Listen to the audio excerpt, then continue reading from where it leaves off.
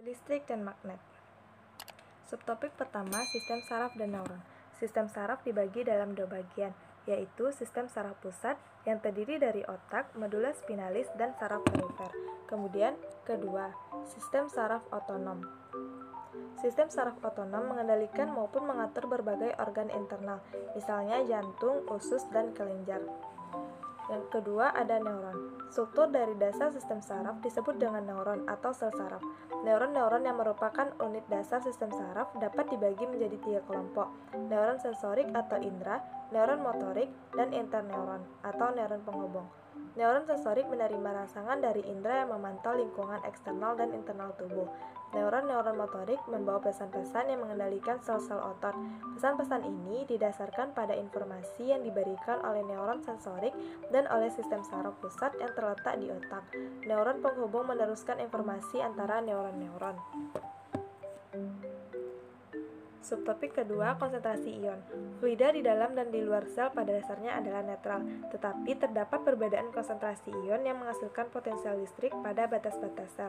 Sel-sel yang menciptakan potensial listrik membangkitkan suatu lapisan tipis muatan negatif pada permukaan dalam batasnya, dan suatu lapisan tipis muatan positif pada permukaan luar batasnya.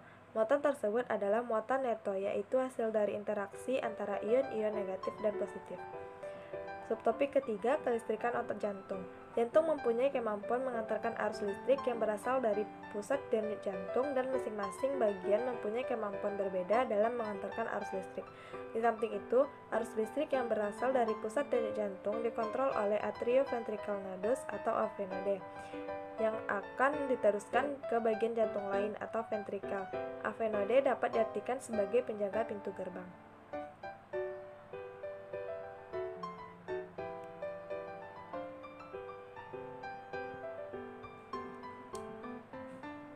Subtopik keempat, EEG, EKG, dan EMG. EKG, rekaman sinyal-sinyal listrik dari otak disebut elektroencephalogram atau EEG. Elektrode untuk merekam sinyal-sinyal tersebut merupakan cakram-cakram kecil perak berklorida. Elektrode itu diletakkan di kepala pada tempat-tempat yang tergantung pada bagian otak yang dipelajari. EKG, elektrokardiogram, adalah grafik rekaman aktivitas kelistrikan jantung oleh alat yang disebut elektrokardiografi. Karena tubuh manusia merupakan konduktor yang baik, maka impuls yang berasal dari jantung dapat merambat ke seluruh tubuh.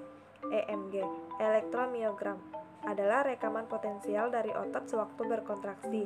Informasi diagnostik tentang otot dapat diperoleh dari aktivitas listriknya dengan menelusuri transmisi potensial aksi dari akson ke dalam otot. Tempat potensial aksi tersebut menimbulkan kontraksi otot. Subtopik kelima, kelistrikan pada belut listrik.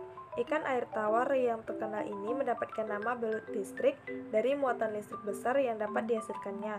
Tubuh mereka berisi organ-organ listrik dengan sekitar 6.000 sel khusus yang disebut elektrosit yang menyimpan daya listrik seperti baterai kecil. Sel-sel listrik tersebut berada di sepanjang tubuh belut listrik yang memberikan muatan positif di kepala dan muatan negatif di ekor. Semakin panjang ukurannya, maka semakin banyak sel-sel listrik yang dimilikinya. Keenam, magnet dan kemagnetan pada tubuh. Tubuh manusia terbentuk dari molekul-molekul protein yang mengandung unsur-unsur antara lain karbon, hidrogen, oksigen, klor, nitrogen, yodium, dan fosfor, dan mengandung unsur logam seperti besi. Sifat magnet unsur material atau atom terletak pada searahnya spin elektron di kulit atom atau proton di inti atom. Sifat material magnet dasar terletak pada sifat magnetik inti dari unsur-unsur pembentuk tubuh manusia, hidrogen, molekul H2O, dan Fe atau besi. Implikasi Al-Quran tentang magnet. A'udzu billahi minasyaitonir rajim. Bismillahirrahmanirrahim.